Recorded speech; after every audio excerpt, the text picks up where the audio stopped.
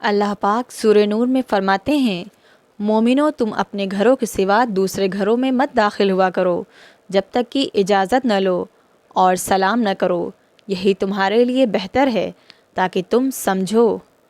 پھر اگر تم ان گھروں میں کسی کو موجود نہ پاؤ تو اس میں مت داخل ہو جب تک تم کو اجازت نہ دی جائے، اور اگر تم سے کہا جائے کہ لوٹ جاؤ تو لوٹ جایا کرو، یہ تمہارے لیے بڑی پاکیزہ بات ہے، اور اللہ تو جانتا ہے جو تم کرتے ہو۔ اسلام میں ہر چیز کا بہت خیال رکھا گیا ہے۔ یہ ایک طرح کی پرائیویسی ہے کہ ہم کسی کے گھر میں اگر ڈائریکٹ چلے جائیں یا کسی نے کسی کے گھر میں جھانک لیا تو وہ اس میں داخل ہو گیا۔ یہ ہم لوگوں کو دھیان رکھنا چاہیے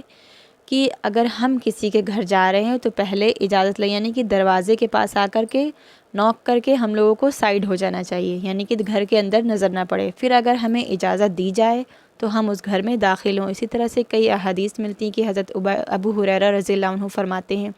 کہ حضور پاک صلی اللہ علیہ وسلم نے فرمایا کہ جب تم کسی کے گھر میں داخل ہو تو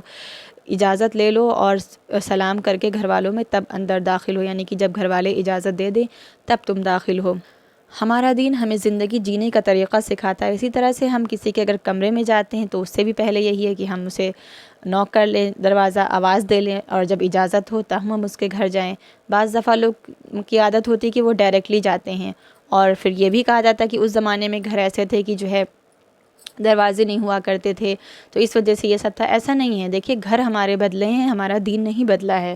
اور ہمیں کوشش کرنا چاہیے کہ ہم اسلام کو پڑھیں، اپنے دین کو پڑھیں، نبی اور صحاباؤں کی زندگی کو پڑھیں اور سیکھیں، اور ان سے ان کی طرح زندگی گزارنے کا کوشش کریں کہ ہمارے نبی کس طرح سے رہا کرتے تھے، ہمارے صحابہ کرام کس طرح سے رہا کرتے تھے، اور اپنی بھی زندگی اسی طرح سے گزارنے کی کوشش کریں۔ کوشش کریں کہ ہم سب بھی اپنے دین کو پڑھیں اور سمجھیں، اور جو طریقے بتائے گئے ہیں زندگی گزارنے کے، ہم بھی